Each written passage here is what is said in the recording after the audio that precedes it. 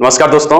आप सभी लोगों को जिस तरह से पता है कि नेपाल में जो है जिस तरह का प्रोटेस्ट हुआ है जनरेशन जेड के थ्रू, और जिस तरह की कंडीशंस नेपाल में बनी है उसको लेकर सभी जो दुनिया के लोग हैं, तमाम जो देश हैं और हमारे जो भारत के जो युवा हैं उनको यही लग रहा होगा कि शायद जो प्रोटेस्ट हुए हैं उनका रीजन जो है मेनली हो सकता है कि वो किसी समर्थित व्यक्ति के द्वारा हुआ हो या कोई बड़ा चेहरा उस प्रोटेस्ट के पीछे हो।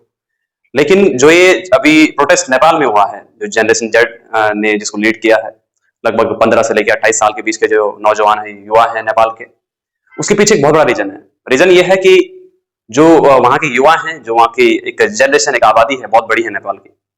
और सबसे बड़ी बात यह है कि सोशल मीडिया बैन तक ही चीजें सीमित नहीं है। पूरी दुनिया को ये बताया गया नेपाल गवर्नमेंट के थ्रू, जो वहाँ पर अभी इससे पहले जो गवर्नमेंट एग्जिस्ट में थी, तो उनको ये बताया गया कि केवल जो है सोशल मीडिया बैन होने की वजह से जो है तमाम तरह के जो है ये प्रोटेस्ट हुए हैं जनरेशन जेड के थ्रू। लेकिन जो सच्चाई है दुनिया के सामने, वो बतानी बहुत जरूरी है।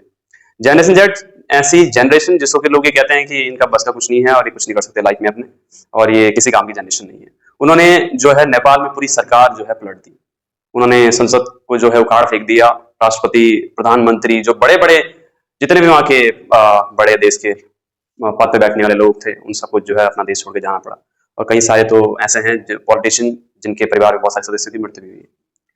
अगर मैं बात करूं इस प्रोटेस्ट के पीछे के मेन रीजन, तो सोशल मीडिया बैन तो एक कहेंगे हम एक फैक्टर है जिसने कि इसको आग दी।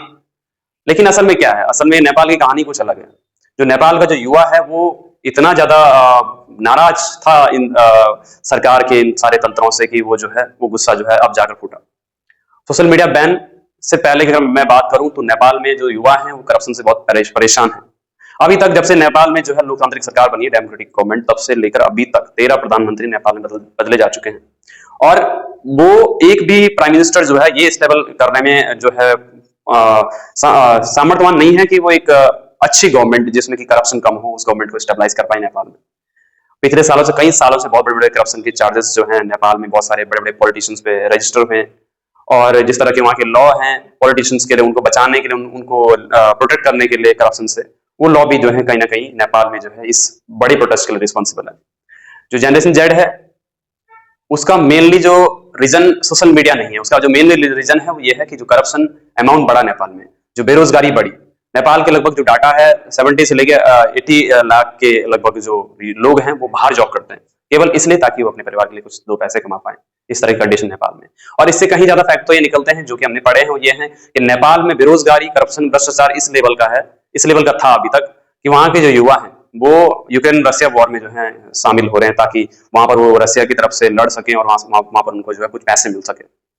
तो इतनी ज्यादा कंडीशन खराब है कि वो लोग अपनी जान गंवाने के लिए तैयार है अपने परिवार के लिए, ताकि दो पैसे अपने परिवार के लिए नेपाल भेज पाए।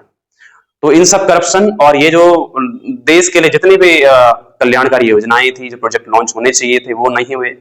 युवा परेशान थे, पूरी जनरेशन परेशान थे सरकार को देखकर, और उनका मानना ये था कि सरकार को इसके लिए काम करना चाहिए, और वो लोग इसके लिए सोशल मीडिया एप्स वगैरह इन सब चीजों का यूज कर रहे थे एक दूसरे के पास इंफॉर्मेशन को एक्सचेंज करने के लिए, ताकि हमारे जो देश की जनता है वो जागरूक हो। लेकिन सरकार ने ये हवाला दिया कि जो कंपनीज हैं वो रजिस्टर नहीं है गवर्नमेंट अथॉरिटी के पास, इसलिए उनको बैन किया जा रहा है। तो उनमें से केवल टिकटॉक जो कि चाइनीज कंपनी है उसको बैन नहीं किया गया, बाकी सबको बैन किया गया। इस बात से जो है एक इग्निशन मिला, एक आग मिली इस बात को, जिसने जो है प्रोटेस्ट को जो है इतने बड़े रूप में बदल दिया। और सबसे बड़ी बात यह है कि जो है 8 या 9 सितंबर के आसपास जो है नेपाल में जो प्रोटेस्ट जो थे, कॉलेज के बच्चे, स्कूल के बच्चे, 12-12 साल, 13-13, 14-15 साल के, और कॉलेज के ड्रेस पहन के, स्कूल के ड्रेस पहन के बच्चे जो है मार्च पास कर रहे हैं, प्रोटेस्ट कर रहे हैं नेपाली जो गवर्नमेंट थी, करंट गवर्नमेंट, उनके अगेंस्ट। और वो जो जुलूस है वो पार्लियामेंट की तरफ जा रहा था। तो अलग अलग जगह पे, केवल काठमांडू में नहीं, अलग अलग जगह पे जो बहुत सारी फायरिंग हुई, और उन फायरिंग में तमाम जो है, अकॉर्डिंग टू जो मैं आपको डाटा बता रहा हूँ न्यूयॉर्क टाइम्स के अकॉर्डिंग, 21 जो लोग हैं, बच्चे हैं, वो मारे गए, जिनमें कि 12 साल से लेकर 19 साल तक के बच्चों की जो अमाउंट है बहुत ज्यादा। तो इस तरह के छोटे छोटे बच्चों को जब उन्होंने मारा, और जिनका कोई जो अपने भविष्य के लिए ढूंढने के लिए, जो नेपाल का भविष्य है, जो अपना भविष्य ढूंढना चाह रहे हैं सरकार के पास, उनके सरों में जो है गोलियां मारी गई। खून से लथपथ लाशें, खून से लथपथ कपड़े, और इन्हीं सब चीजों ने जो है जो नेपाल की आम जनता थी उनको भी एक इग्निशन दिया, एक आग दी, और ये प्रोटेस्ट जो है आग की तरह फैले पूरे नेपाल में, और सरकार के कंट्रोल से बाहर हो गए। फाइनली सरकार के कंट्रोल में कुछ नहीं रहा, नेपाल की संसद जला दी गई है, फाइनेंस मिनिस्टर को गलियों में लात घूंसों से मारा गया है। इस तरह की कंडीशन नेपाल में है। अभी करंट में जो वहां पर जो आर्मी है नेपाल की, उसने पीस को स्टेबलाइज करने की पूरी कोशिश की है। लेकिन इन सब चीजों से हमें सीखने को ये मिलता है कि जो नई जनरेशन है, कोई भी सरकार, कोई भी देश, उसको हल्के में ना ले। जो कहते हैं कि जो लोग चीजों को थोड़ा नॉर्मलाइज रखने की कोशिश करते हैं, वो लोग ज्यादा एग्रेसिव होते हैं, ज्यादा खतरनाक होते हैं।